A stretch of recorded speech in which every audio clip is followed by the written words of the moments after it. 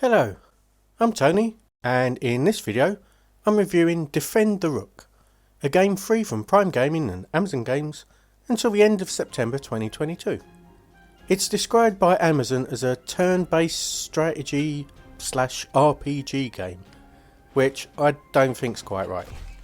It's more of a turn-based strategy roguelite game, to be honest. Let me explain why. The story of the game is basic. You hide by a queen to fight back an army of blah blah blah blah blah blah blah, and you do this by fighting waves of enemies on a checkerboard battlefield, using your 3 units to protect your rook, hence the name. Now it's really nice of the armies to come in like defeatable waves. Bless them, so good of them. You then take turns, and at the end of each of the 5 waves, you get to add an ability to one of your units. Completing the boss fight in the 5th wave allows you to progress to the next battleground, of which there are also 5, and it rewards you with a gem. More on those later. All of the abilities that your units get are carried over throughout the 5 battlefields, and you can really beef your units up. My sorceress cleared the last battleground pretty much single-handedly. I should be showing it now. It was great. Additionally, you gain gold and experience as you defeat your foes, which you can also use to upgrade your units.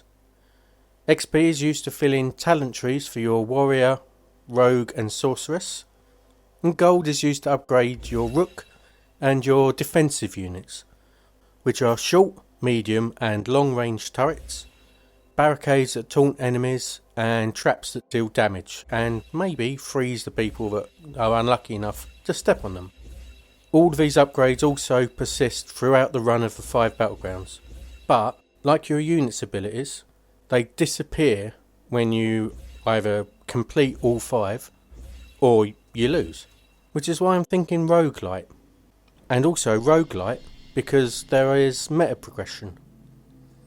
The gems that I talked about earlier can be used to buy extra abilities that get added to your potential options during the runs. Plus more spells that are available to be used. Spells like heals, armour, some big AoE damage ones, like tons of things that can be pretty handy.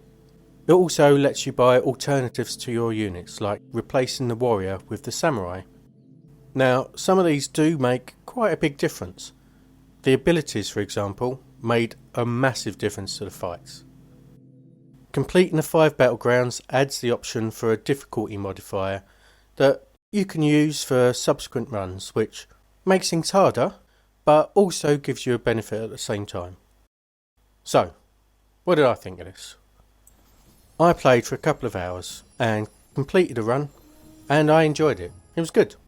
There's plenty to learn at the beginning. I got absolutely thrashed. Then you improve, you learn what you have to do, and then you crack it. It's all good stuff.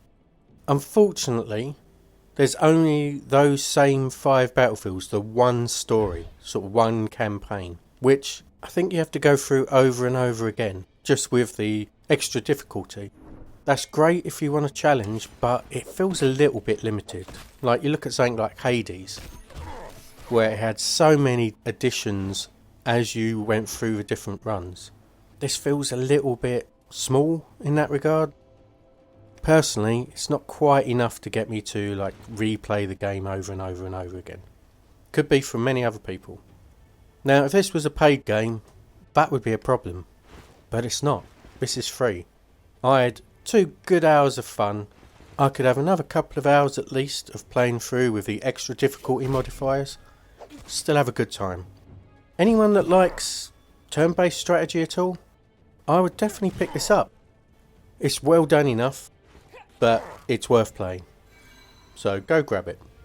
Now that I know my rook is safely defended, I can get on with the rest of my day. Though, you know how it is, you never really stop worrying about them, do you?